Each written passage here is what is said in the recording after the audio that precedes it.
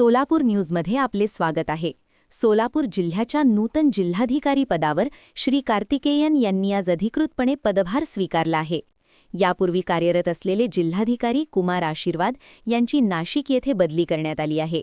त्यांच्या कार्यकाळात सोलापूर जिल्ह्यात विविध विकास कामांना गती मिळाली होती। नवीन जिल्हाधिकारी श्री कार्तिकेयन यांच्या नियुक्तीमुळे सोलापूर जिल्ह्यात प्रशासनाला नवी दिशा मिळेल अशी अपेक्षा व्यक्त केली जात आहे।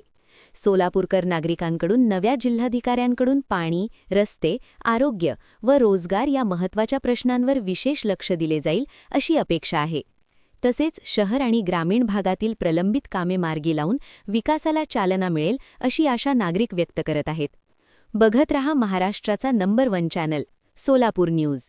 अगोदर मी सांगितल्याप्रमाणे कोल्हापूरला सुद्धा आता महालक्ष्मीचा आराखडा मंजूर झालेली आहे, ज्योतिबा आराखडा मंजूर झालेली आहे। त्यानंतर महालक्ष्मीतून बरेच पर्यटक, तिरुपतीतून बरेच पर्यटक कोल्हापूरला येतात। त्यामुळे मला थोडा ओरिएंटेशन याच्याबद्दल आहे, म्हणजे रिलिजियस टुरिझम असो या याच्यासाठी असो, वारकरी तर आपला म्हणजे महाराष्ट्राच्या शक्ती आहेत, वारकरी परंपरा आहे तो महाराष्ट्राच्या शक्ती आहे। त्यामुळे मी अगोदर माझा बायको सीओ जिल्हा परिषद सातारामध्ये आहे, त्यामुळे मी अगोदर पण सर असताना इथे आलेली आहे। वारकरी मी पूर्ण वारी बघितलेली आहे मी, त्यामुळे याच्यामध्ये काम करायला मला खूप अभिमान वाटते आणि मी पर्टिक्युलरली मी भाग्यवान समजतो, म्हणजे पांडुरंगांना सेवा करायला मला मी भाग्यवान समजतो मी सर्वप्रथम।